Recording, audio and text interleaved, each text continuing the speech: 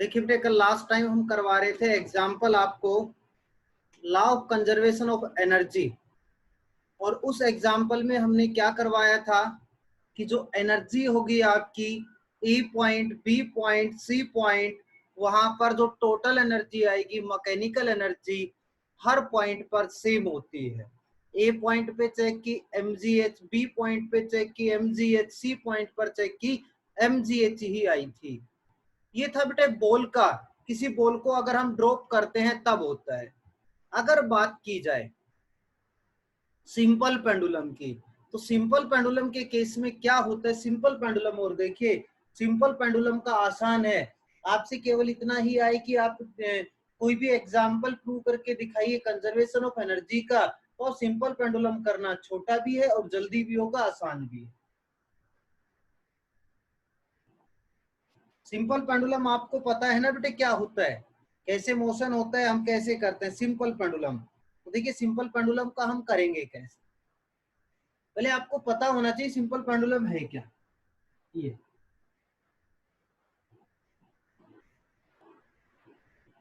अपनी जो घड़ी होती है, घड़ी के नीचे लगा हुआ देखा होगा ऐसे मूव करता है जो, ये नहीं है कभी ये सोच रहे हो, ये केवल पाथ है।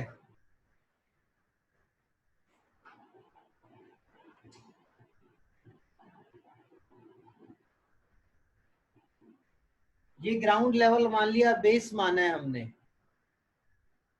इससे कितना ऊपर तक गया है, एच पॉइंट तक ऊपर गया है, एच हाइट है, ठीक है दोनों तरफ।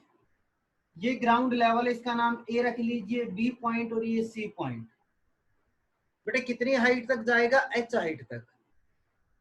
सुनिए अब जो मैं कह रहा हूं, आपके पास जो इसको बोलते हैं बॉब, जो नीचे लगा होता है ना, गोल होता है, गोल जैसा, साइज छोटा है, साइज छोटा है बट मास बहुत ज्यादा होता है, इसलिए इसका नाम होता है बॉब, बी बॉब, कि whose size is very small and whose size is very small and mass is very large as compared to its size, size के कंपैरिजन में। अब तीनों पॉइंट पर मैं दोबारा से एनर्जी निकालता हूं। सबसे पहले लेता हूं बेटे एट पॉइंट सी लेता हूं।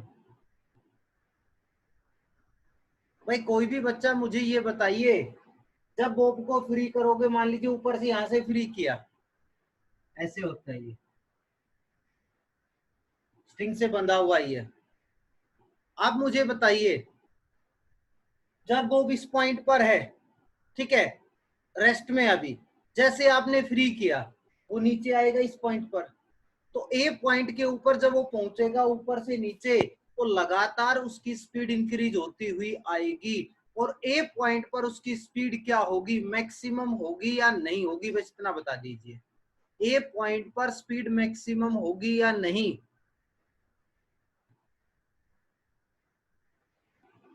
बताओ बेटे। मैक्सिमम होगी सर। मैक्सिमम होगी। और ए से जब बी की तरफ जाएंगे तब क्या होगा बेटे, सर मैक्सिमम। क्या होगी बेटे, ए से बी की तरफ ऊपर जाएगा, जब बॉल को फ्री किया यहां से, वो नीचे इंक्रीज होती हुई आपने कहा ए के ऊपर मैक्सिमम होगी। अब ए से ऊपर अगर सी की तरफ जाएगी तो क्या होगा, ए से बी की तरफ, सर स्पीड कम होती जाएगी थोड़ी। और बी पॉइंट पर कितनी होगी,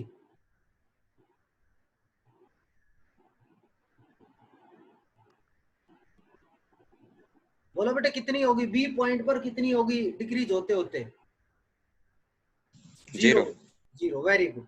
देखिए यहाँ पर जीरो होगी बेटे, वापिस इस हाइट से आएगा और वापिस इसी हाइट तक जाएगा, कब जा सकता है, झूला झूलते हैं, आप कहते हो सर पहली बार तो ज्यादा हाइट पे गया, नेक्स्ट टाइम थोड़ी कम हाइट, नेक्स्ट टाइम और कम हाइट। अगर हम वहां पर फ्रिक्शन का केस को नेग्लेक्ट कर दे, अगर फ्रिक्शन कह दे फ्रिक्शन है नहीं, फ्रिक्शन को अगर खत्म कर देता हूं, तो वहां पर हर बार हाइट क्या रहेगी, सेम। और अगर फ्रिक्शन का रोल है वहां पर, तो बेटे कभी भी हाइट सेम नहीं आएगी, हाइट ऑलवेज डिक्रीज होते होते होते होते वो लास्ट में झूला झूलते लास्ट में बिल्कुल रुक जाता है। बट हम यहाँ पर क्या मान के चल रहे हैं, फ्रिक्शन नहीं होता है, फ्रिक्शन को नेग्लेक्ट करके चले। तो एट पॉइंट सी, बेटे सी पॉइंट पर v की वैल्यू कितनी है, थोड़ा जल्दी बताओ मुझे, रिस्पॉन्स जल्दी दो। सी पॉइंट पर v की वैल्यू कितनी है, जीरो। जीरो। तो काइनेटिक एनर्जी का formula half M V square, kinetic energy zero. Potential energy का formula M G H, height H, तो पोटेंशियल एनर्जी आ गई बेटे M G H. Mechanical energy होती है kinetic energy plus potential energy, दोनों का सम करेंगे, दोनों का सम करेंगे तो kinetic zero plus M G H. Mechanical energy आपके पास आ गई एम जी एच। ठीक है बेटे, और सेम ये होगी at point C and B. जब बी पॉइंट पर अगेन पहुंचेगा तो अगेन बी पॉइंट पर वेलोसिटी जीरो है, हाइट एच है, तो बी पॉइंट पर भी पोटेंशियल एनर्जी होगी ओनली। तो बी और सी पॉइंट पर जो आपके पास टोटल एनर्जी आ गई वो आ गई एम जी एच। अगर बच्चों समझ में आया है तो एक बार शाबाश थम इंप्रेशन दो, प्रेजेंट हो भी या नहीं, थम इंप्रेशन दो शाबाश जी जिसको समझ आया है। अरे वेरी गुड शाबाश, सभी पढ़ रहे हैं, सभी बच्चों का थम इंप्रेशन आए सभी का, वेरी गुड। इसके बाद आगे ए पॉइंट की बात करते हैं अब हम।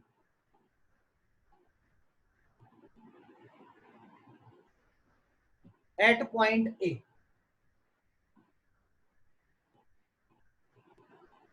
बेटे ए पॉइंट पर हमने कहा स्पीड मैक्सिमम है, ठीक है, बॉल ऊपर से नीचे आई है, तो यहाँ पर स्पीड निकालने के लिए इक्वेशन यूज करूंगा। कुमुद जल्दी अनम्यूट कर, कुमुद, कुमुद जल्दी अनम्यूट करके मेरे को इक्वेशन का नाम बता बेटे, कौन सी इक्वेशन यूज करेंगे स्पीड निकालने के लिए, कुमुद।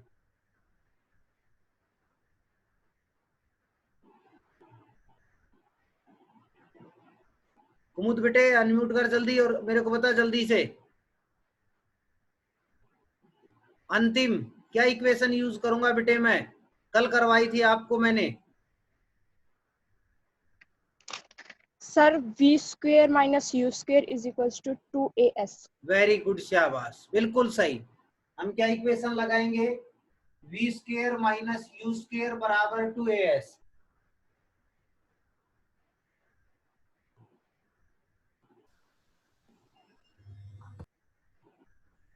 बेटे वी हम ए पॉइंट पर बोलेंगे final velocity, U C point से जो चल के आया है और वो वेलोसिटी थी जीरो, मैंने दो बार रिपीट कर लिया।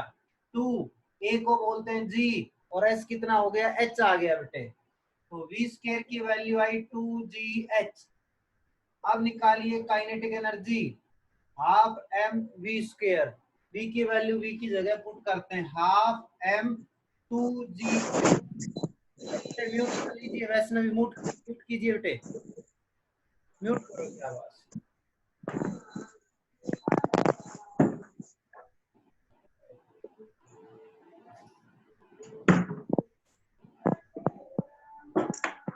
अरे बेटे म्यूट कर लो।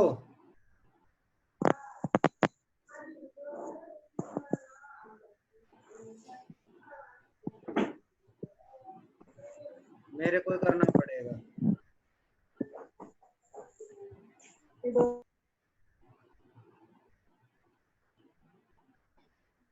तो काइनेटिक एनर्जी का फॉर्मूला आ गया बेटे mgh।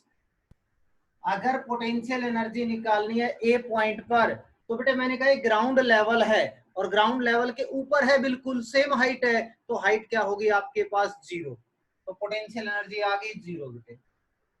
मैकेनिकल एनर्जी आपकी होती है kinetic energy plus potential energy.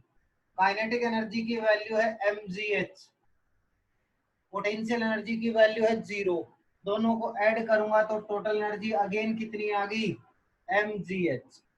इससे पहले अभी मैंने केस करवाया सी और बी पॉइंट पर मैकेनिकल एनर्जी निकलवाई, वो भी mgh थी, और आपके पास ए पॉइंट पर भी mgh है। इट मींस तीनों पॉइंट पर जो आपके पास मैकेनिकल एनर्जी आई है वो बेटे सेम आई है mgh। इसी से प्रूव हो जाता है आपका law of conservation of energy, कि एनर्जी आपकी ऑलवेज क्या होगी, कंजर्व होगी। समझ आ गया बेटे। तो मेरे हिसाब से ये एग्जांपल आपका आसान है उसके कंपैरिजन में, आपका मन करे वो कर लीजिए, दोनों कीजिए वैसे तो।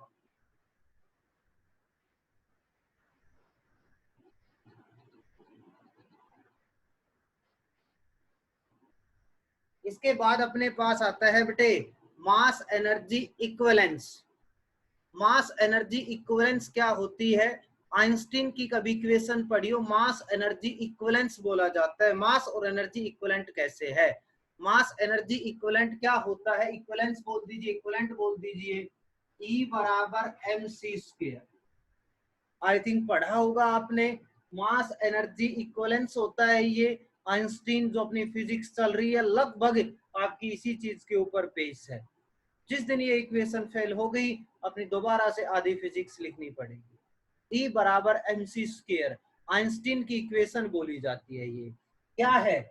इसमें कहता है बेटे energy converted into the mass और mass converted into the energy. Energy mass में कन्वर्ट हो सकती है और मास एनर्जी में कन्वर्ट हो सकता है। That is known as energy mass equivalence. फिर पूछा जाए एनर्जी मास इक्विवेलेंस क्या है, तो आपने बताना है कि sir when energy will converted into the mass and mass converted into the energy, energy mass में mass energy में convert हो सकता है। that is known as mass energy equivalence बोलते हैं। यहाँ से एक इक्वेशन और यूज होती है वो याद करना बेटे, आपको पहले भी बताई होगी मैंने। रेस्ट मास की इक्वेशन आती है ये इक्वेशन, m बराबर m नॉट अपॉन में 1 minus V square by C square. क्या चीज एक बार अच्छे से सुनिए बेटे, m नॉट अपॉन में under root 1 minus V square by C square. m क्या है? किसी भी बॉडी का मास की बात चल रही है। m नॉट को क्या बोलता है?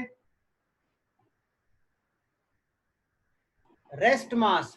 रेस्ट मास का मीनिंग है जब आपकी बॉडी रेस्ट में होती है उस टाइम उसका मास कितना है, that is known as rest mass. v का नाम क्या है? स्पीड या वेलोसिटी ऑफ द ऑब्जेक्ट जिससे वो चल रहा है, स्पीड। और ये क्या है? Speed of light. Speed of light बेटे आपने एक लॉ पढ़ा होगा जिसमें आप बोलते law of conservation of mass. किस किस बच्चे ने पढ़ा है? शाबाश। Law of conservation of mass किस किस बच्चे ने पढ़ा है? एक बार बताना मुझे, शाबाश। अनम्यूट करके बोल दो सर मैंने पढ़ा है। सर मैंने पढ़ा है। पढ़ा, यस है। और बेटे एक बच्चे ने पढ़ा? सर मैंने पढ़ा है। और मैंने पढ़ा है। वेरी गुड सचिन, अंशु, आसू, 4-5 बच्चे हैं, बाकी ने पढ़ा ही नहीं है। जतिंदर ने थम इंप्रेशन दिया, उज्जवल वेरी गुड, शाबाश। ठीक है भाई, क्या पढ़ा है तुमने अब तक? कि मास विल ऑलवेज कंजर्व। अब तक जो पढ़ा है मास कंजर्व होता है। मास को कंजर्वेशन ऑफ मास जैसे पढ़ते थे, mass can neither be created nor be destroyed, means mass को कम ज्यादा नहीं हो सकता, मास ऑलवेज जितना है उतने का उतना रहेगा। ये आपने अभी तक पढ़ा है, बट ऐसा नहीं होता। मास कंजर्व नहीं होता है।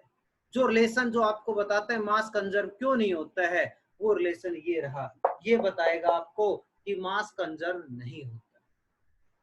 स्पीड के इंक्रीज होने से मास में चेंज आता है। कैसे आता है वो देखिए। m बराबर m नॉट अपॉन में under root 1 minus V square by C square. Speed of light सभी ने पढ़ी होगी, 3 × 10⁸ मीटर पर सेकंड होती है, जो कि बेटे बहुत ही ज्यादा होती है, बहुत बहुत बहुत ज्यादा होती है। नॉर्मल वे में अगर हम बात करते हैं, अपने पास गाड़ियां होती है जो ट्रेवल करती है, चलती हैं, उनकी अगर स्पीड की हम बात करते हैं तो इतनी ज्यादा नहीं होती। तो ये जो लिखा स्पीड ऑफ लाइट 3 × 10⁸ मीटर पर सेकंड, ये बहुत ज्यादा है। और जब बेटे बहुत ज्यादा कोई चीज है, स्पीड बहुत ज्यादा है, अपनी नॉर्मल जो गाड़ी हम लोग चलते हैं, गाड़ियां चलती हैं, उनकी जो स्पीड है इसके कंपैरिजन में ना बराबर है, ना के बराबर है। इस वजह से हम उसको क्या करके चले जाते हैं, नेग्लेक्ट कर देते हैं, छोड़ देते हैं। उस टाइम क्या होगा, ये कहता है अगर v की वैल्यू बहुत ज्यादा छोटी होगी c से, उस टाइम आपका जो m है वो नियरली इक्वल m नॉट होता है। ठीक है, जो आप पढ़ते हो, क्या आपने पढ़ा है कि मास कभी चेंज नहीं होता, वो आप इसी के अकॉर्डिंग पढ़ते थे अब तक कि स्पीड बहुत ज्यादा नहीं होती। बट हम तो केस सारे लगाएंगे ना, अगर स्पीड ज्यादा हो गई, देखिए बेटे यहां पर करके दिखाता हूं।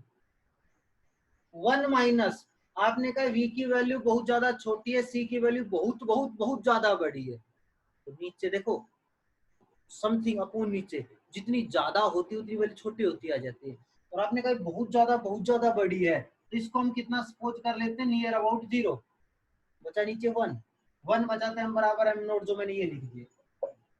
अगर 1 मिनट के लिए आप ये मानो आपके ऑब्जेक्ट की स्पीड ऑफ लाइट के बराबर हो, जो पॉसिबल नहीं है, बट मैं कह रहा हूँ पॉसिबल कर दी हमने, c के बराबर कर ली, तो बेटे आया 1 - 1, v को c लिखा, c² बन गया 1, तो 1 - 1 0 और समथिंग अपॉन 0 इंफिनिटी।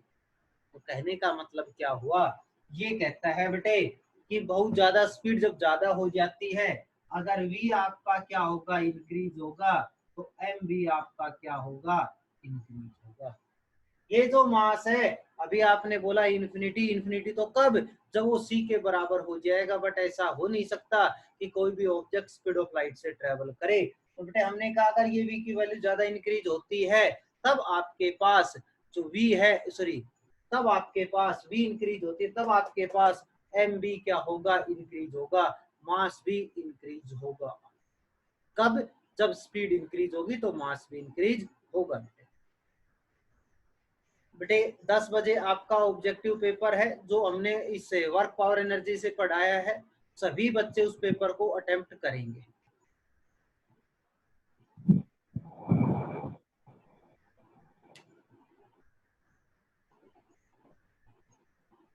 जो बच्चे क्लास में नहीं आ रहे हैं, अब्सेंट रहते हैं, पॉसिबिलिटी होगी उनके घर आने की, और आप जो होमवर्क करवा रहे हैं, होमवर्क कंप्लीट रखना बेटे। कभी भी आपके घर मैं पर्सनली विजिट कर सकता हूँ, ठीक है, तो मैं अपने बच्चों के पास मैं आऊंगा, तो याद रखना बेटे कब आपके घर आए हैं। इसके बाद है principle of conservation of energy, जो मैंने आपको पढ़ा दिया है कि principle of conservation of energy क्या होती है। एनर्जी कंजर्व होगी बेटे, एनर्जी का केस फेल नहीं हो सकता, ना चार्ज का केस फेल हो सकता, ना लीनियर मोमेंटम का, ठीक है। तो एनर्जी विल ऑलवेज कंजर्व। बस होता है क्या है, एक फॉर्म एनर्जी की दूसरी फॉर्म में कन्वर्टेड हो जाती है, वो फॉर्म अलग अलग। जैसे पंखा चल रहा है मेरे पास, इलेक्ट्रिक एनर्जी आ रही है, वो घूम रही है, मैकेनिकल एनर्जी दे रही है, ठीक है, मैकेनिकल एनर्जी आगे चले विंड एनर्जी बन गई, अलग अलग फॉर्म में एनर्जी कन्वर्ट होती हुई चली जाएगी, बट टोटल एनर्जी ऑलवेज क्या होगी बेटे, कंजर्व होती है, कांस्टेंट होती है। तो यहीं से एक न्यूमेरिकल बहुत बार पूछा जाता है, 2 न्यूमेरिकल करवा रहा हूं, अच्छे से देखना, जिसको समझ में ना है अभी पूछना मेरे को। पहला है if 2000 kg of water, if 2000 kg of water मतलब वाटर का मास दिया है, is heated from 0 degree Celsius to 100 degree Celsius, उसको गर्म किया गया 0 डिग्री से 100। इसका मतलब हुआ कि जो टेम्परेचर डिफरेंस है, मतलब टेम्परेचर राइज किया, वो राइज कर दिया बेटे 100 degree Celsius. What will be the corresponding increase in the mass of water, ये कह रहे वाटर का मास कितना इंक्रीज होगा। एक बार सुन लेना, बस एक नया फॉर्मूला आएगा, वो फॉर्मूला ड्राइव हम कब करवाएंगे, जाकर यूनिट नंबर 8 के अंदर थर्मोडायनेमिक्स में। बट अभी बताना पड़ेगा, दे रखा है आपके पास मास कितना इंक्रीज हुआ। Take the specific heat water 1 calorie per gram, तो वैल्यू मैं एक बार लिख देता हूँ फिर समझाऊंगा। वाटर का मास दिया 2000 kg, टेम्परेचर डिफरेंस दे दिया 0 से 100 डिग्री सेल्सियस, माइनस करोगे तो 100 आ गया। इसके बाद आगे बोला है बेटे स्पेसिफिक हीट ऑफ वाटर, सी से भी रिप्रेजेंट कर देता है, एस से भी रिप्रेजेंट होता है, दोनों वर्ड यूज होते हैं, सी भी और एस भी। मैं एस लिख देता हूं, 1 कैलोरी पर ग्राम बोल रहा है, 1 कैलोरी पर ग्राम पर डिग्री सेल्सियस। देखिए बेटे क्या है, अब सब बच्चों को एक नया फॉर्मूला सुनने को मिलेगा, सभी को, मेरे हिसाब से आपने नहीं पढ़ा होगा बेटे। क्या होता है ये स्पेसिफिक हीट का फॉर्मूला आता है, हीट कैसे, क्या मतलब है, सुनिए। आपके पास पानी है, ठीक है, पानी है, दूध है, छाय है, 3 चीज अलग अलग ले, छाय लस्सी, ठीक है, लस्सी, तीनों को गर्म करना है, तीनों का टेम्परेचर 1 डिग्री सेल्सियस बढ़ाना है, तो बेटे तीनों को हीट दो।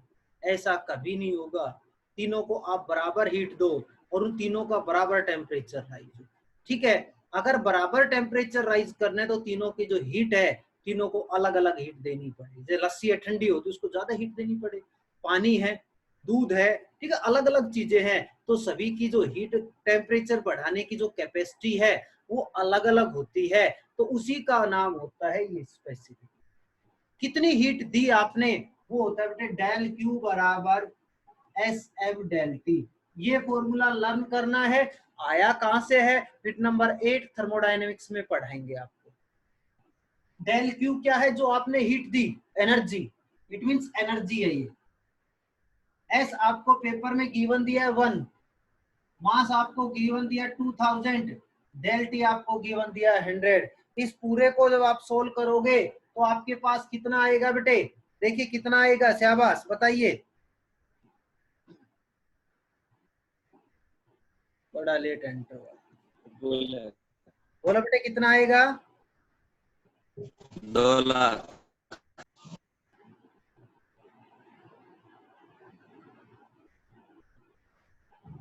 कितना बोल रहे हो, फिर बोल बेटे, शाबाश। 2 लाख। देखो देखो, क्या हमने ये सही लिखा है, कोई भी बच्चा, क्या हमने ये सही लिखा है। जब कभी भी न्यूमेरिकल करते हैं तो पहली चीज क्या याद रखते हैं, जब कभी भी न्यूमेरिकल करोगे तो पहली चीज क्या याद रखोगे, बताना बेटे, कोई भी बच्चा। न्यूमेरिकल करते वक्त पहली चीज क्या ध्यान में होनी चाहिए, कि उनकी जो रीडिंग्स हैं, जो वैल्यूज हैं, उन सब की यूनिट क्या हो, सेम। देखो यहाँ पर आपने क्या लिखा बेटे, दिखाई दिया, ये क्या है, ये, अरे ये क्या है, ग्राम। ग्राम, और ये क्या है, किलोग्राम। क्या बेटे दोनों सही है, नो सर। ठीक है। तो क्या करना जरूरी था, इस किलोग्राम को ग्राम बनाना जरूरी, अब सही है। अब देखो 3 और 2 5 और 3 8, बेटे ये यूनिट किस में लिखी जाएगी, एक और बताएगा मुझे, किस में लिखी जाएगी, जूल में या कैलोरी में। ये आंसर जूल में आएगा या कैलोरी में आएगा,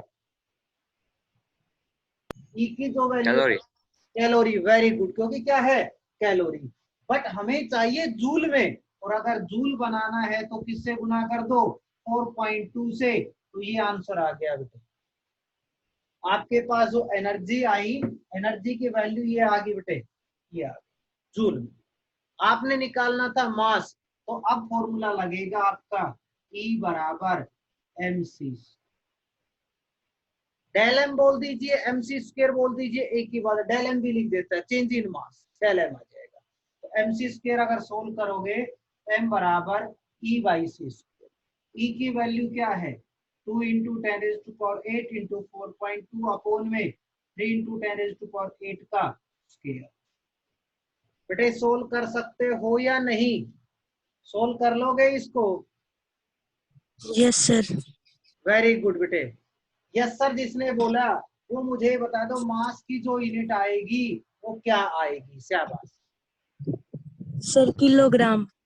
बेटे आपने अभी तो इस किलोग्राम को किसमें बदला था, ग्राम, अब किलोग्राम क्यों आ गई, सर हमने फिर से इसको चेंज कर दिया किलोग्राम में। फिर से चेंज नहीं किया, हमने इसको कन्वर्ट कर दिया एसआई में, जूल में, वेरी गुड, सही बताया, बिल्कुल जूल में कन्वर्ट किया, और जूल एसआई है, इस वजह से मास की जो अब यूनिट लिखी जाएगी वो क्या लिखी जाएगी बेटे, किलोग्राम, शाबाश, वेरी गुड। सर इसका आंसर आएगा 9.3 इंटू 10⁻⁻⁹ kg। वेरी गुड, बिल्कुल सही है बेटे, बिल्कुल यही आंसर आएगा, जिसने किया बिल्कुल सही आंसर है। तो बेटे ये फॉर्मूला एक बार अभी लर्न करना था, आगे मैं इसको पूरा एक्सप्लेन करूंगा थर्मोडायनेमिक्स। इससे इंपॉर्टेंट न्यूमेरिकल, इससे इंपॉर्टेंट न्यूमेरिकल जो आपका हो सकता है, अब जो पेपर हो उसमें ऑब्जेक्टिव की फॉर्म में पूछ लिया जाए, क्या है, एक बार सुनना बेटे, अच्छे से अपने दिमाग में बैठाना, हाँ ये चीज कैसे हुई है, न्यूमेरिकल क्या है। A rubber ball falls on a floor from a height of 19.6 metre, जैसे मैं खड़ा हूं यहाँ पर अर्थ से 19.6 मीटर ऊपर, यहाँ से, और क्या का है, a rubber ball falls on a floor, और मैंने उस बॉल को गिरा दिया, बॉल कहाँ आएगी, नीचे। Calculate the velocity with which strike the ground. बेटे ये कह रहा है जब ये बॉल आकर इस ग्राउंड को स्ट्राइक करेगी, जब ये बॉल इस हाइट से इस पॉइंट पर आकर स्ट्राइक करेगी तो आप इसकी वेलोसिटी बताइए। निकाल सकते हैं बड़ी आसानी से, क्योंकि जिस पॉइंट से ड्रॉप किया है वो वेलोसिटी कितनी है, 0। ठीक है, फॉल कर रहा है तो वेलोसिटी कितनी है, 0। तो v square minus you square बराबर 2as लगा के सोल्व कर दूंगा मैं। बट अब आगे चलते हैं, एक बार आगे क्या बोल रहा है, आगे सुनो। To what height will the ball rebounce. Rebounce होती है बेटे अगर बॉल को ऊपर से गिराओगे, बॉल टकराएगी और टकरा कर वापिस का आएगी ऊपर। रीबाउंस मतलब वो कितना ऊपर आई। If it lose 25% of energy on strike the ground. जब वो ग्राउंड को स्ट्राइक हुई तो उसकी 25% एनर्जी खत्म हो गई। तो बेटे सुनो, क्या हम ऐसे कर सकते हैं, अभी इस बॉल के पास कौन सी एनर्जी है, कंजर्वेशन ऑफ एनर्जी से सोल्व करूंगा। अभी इस पॉइंट पर बॉल के पास कौन सी एनर्जी है, पोटेंशियल कितनी है, फॉर्मूला वो मैं निकालूंगा कितनी है, फॉर्मूला mgh। Very good. और जब ये बॉल इस पॉइंट पर आएगी यहाँ पर, अब कौन सी एनर्जी है बेटे इसके पास, काइनेटिक एनर्जी। देखो आपने कहा यहाँ पोटेंशियल, आपने कहा यहाँ काइनेटिक, क्या दोनों बराबर है या नहीं है, दोनों बराबर है ना। तो इसको सोल्व कीजिए, mgh बराबर हाफ mv स्क्वायर। मैंने बिल्कुल सही लिखा है, ठीक है, बिल्कुल सही है। देखो मास से तो मास हो गया कट, जी की वैल्यू कितनी यूज की है, इसने कुछ नहीं दिया जी के बारे में। अगर जी के बारे में कुछ नहीं लिखा है तो 9.8 और लिखता तो 10। जी की वैल्यू 9.8 इंटू एच की वैल्यू है 19.6, ये 2 और आ गया बेटे, और बराबर वी स्क्वायर, और वी का कर दिया अंडर रूट। जो मैंने बोला था ना u0, उसका भी यही आंसर है, देख लेना एक बार बेटे। 9.8 को 2 से करोगे तो 19.6 ही आएगा, और 2 बार मल्टीप्लाई होगी, अंडर रूट करोगे तो v की वैल्यू कितनी आ गई, 19.6 क्या मीटर पर सेकंड। कोई बच्चा अगर दूसरे फॉर्मूले से कर रहा था तो कर लेना, कोई दिक्कत नहीं। क्या यूज कर रहे थे, u0, v की वैल्यू अंडर रूट 2, a को क्या लिखना, gh। देखो ये वही है 2gh, वही आंसर आएगा, कोई चेंज नहीं। बेटे यहाँ तक क्लियर हो गया आपको, यहाँ तक सारी चीजें आ गई। पहला स्टेप उसने यही पूछा था वेलोसिटी कितनी होगी, समझ में आ गया। तो थंब इंप्रेशन दो, मैं देखता हूँ कौन कौन पढ़ रहा है।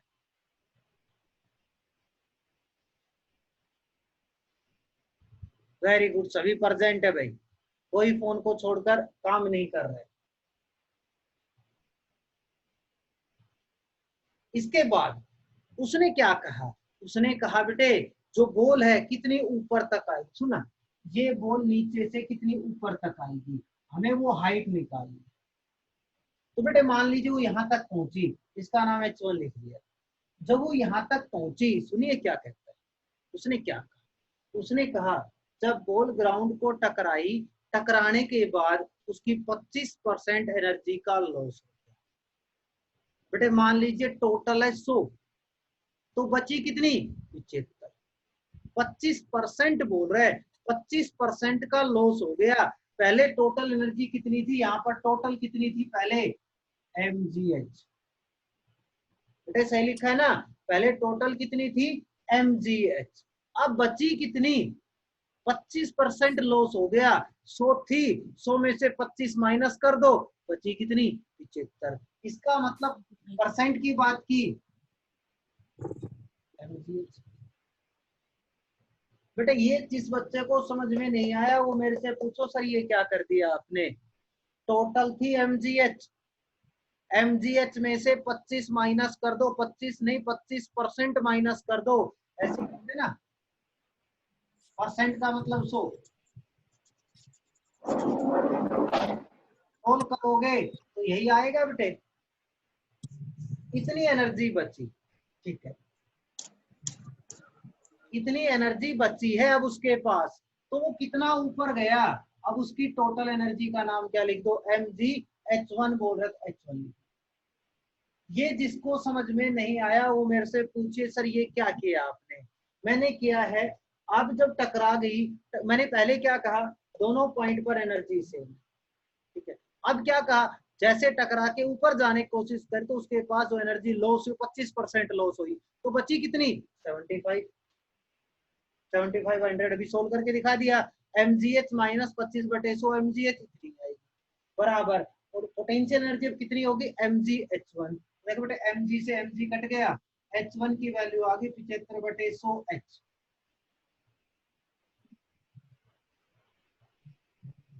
कितना ऊपर जाएगा 3/4 h, 3/4 h हाइट ऊपर जाएगा, पहले h हाइट था अब 3/4 h। नेक्स्ट टाइम तो दोबारा ग्राउंड को टकराएगी तो बेटे और एनर्जी लॉस होगी और हाइट कम होगी, नेक्स्ट टाइम और कम होगी और धीरे धीरे धीरे बॉल आपकी रुक जाती है, ठीक है। ये न्यूमेरिकल आपका इंपॉर्टेंट न्यूमेरिकल है, इसको अच्छे से करना।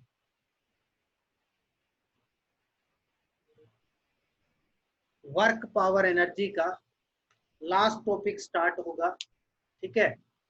आज मैं उसका इंट्रोडक्शन दूंगा आपको, कल पूरा एक्सप्लेन करूंगा। सही बच्चे कल प्रेजेंट टाइम पे आना बेटे, अदरवाइज स्टार्टिंग अगर आपने नहीं की, कोलिजन टॉपिक है, कोलिजन की स्टार्टिंग नहीं की तो बीच में तो मैथमेटिक्स चलता रहेगा, समझ नहीं पाओगे। तो स्टार्टिंग में आने की कोशिश करना, सुबह 7 बजते ही क्लास अटेंड करना। कोलिजन होता क्या है, कोलिजन होता है टक्कर, ठीक है।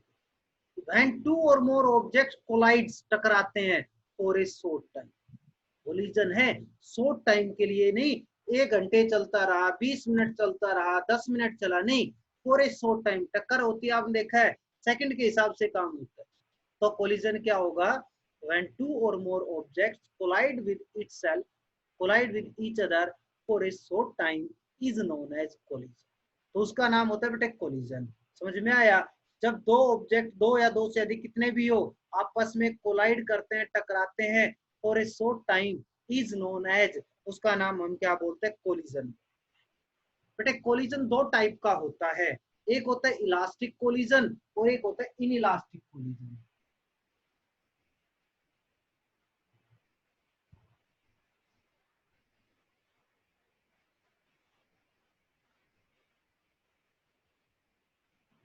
इलास्टिक इनइलास्टिक में डिफरेंस क्या है, मेन मोटा डिफरेंस अगर आपको बताना है, मोटा मोटा सा डिफरेंस तो होता है बेटे,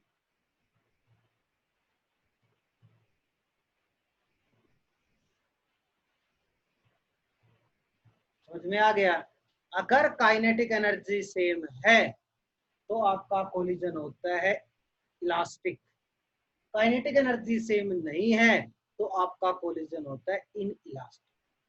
या टक्कर के बाद दोनों बॉडी एक दूसरे को चिपक जाए, स्टिक कर जाए, जैसे मेरे पास बॉल है, बॉल को मैंने दीवार पे थ्रो किया और बाद में कैच करता हूँ, जिस स्पीड से थ्रो करता हूँ उसी स्पीड से वापस आती है, जितना तेज आप बॉल को दीवार पर मारोगे उतनी तेज बॉल वापस आपके पास है, ठीक है। तो मतलब स्पीड क्या रही सेम, मैंने कहा जितनी तेज स्पीड से मारो उतनी तेज स्पीड से वापस आएगी, इट मींस एनर्जी स्पीड क्या हुई सेम। और अगर बेटे स्पीड सेम है, स्पीड सेम है तो काइनेटिक एनर्जी क्या होगी सेम, और काइनेटिक एनर्जी सेम है तो कौन सा कोलिजन है, इलास्टिक कोलिजन। अब क्या कीजिए, मड कीचड़ देखी होगी, कीचड़ को लेकर दीवार पे, कई छोटे बच्चे तब कीचड़ को लेकर दीवार पे मारिए, क्या वो वापिस आएगी, वो दीवार पर जाके चिपक जाएगी, मतलब गई तब उसके पास वेलोसिटी है, उसके बाद वो अचानक से रेस्ट में आ गई, इट मींस उसकी काइनेटिक एनर्जी का क्या हो गया, लॉस। कोई और एग्जांपल मान लीजिए, कोई भी एग्जांपल मानिए, जब वो एक दूसरे से स्टिक कर जाती, चिपक जाती है, तो वहां पर एनर्जी का लॉस 101% होता है। तो बेटे सुनिए, इलास्टिक कोलिजन क्या होगा, that collision in which kinetic energy same, conserve बोल दीजिए, लीनियर मोमेंटम सेम, कंजर्व बोल दीजिए, टोटल एनर्जी सेम, कंजर्व बोल दीजिए, और आपका जो फोर्स है वो कंजर्वेटिव होगा। मेन पॉइंट कौन है, तो काइनेटिक एनर्जी, लीनियर मोमेंटम दोनों। इनइलास्टिक में टोटल एनर्जी का लॉस नहीं होगा, टोटल एनर्जी सेम, इनइलास्टिक में बेटे मोमेंटम भी सेम, टोटल एनर्जी भी सेम, बट लॉस किसका हुआ, काइनेटिक एनर्जी। और इनइलास्टिक में जो फोर्स हो भी सकता है और नहीं भी, मे नॉट भी, ठीक है, कंजर्वेटिव हो भी सकता है या नॉन कंजर्वेटिव। तो इसको फोर्स वाले पॉइंट को हटाकर 3 पॉइंट याद कर लीजिए, काइनेटिक एनर्जी का लॉस, इनइलास्टिक सेम, तो इलास्टिक कोलिजन।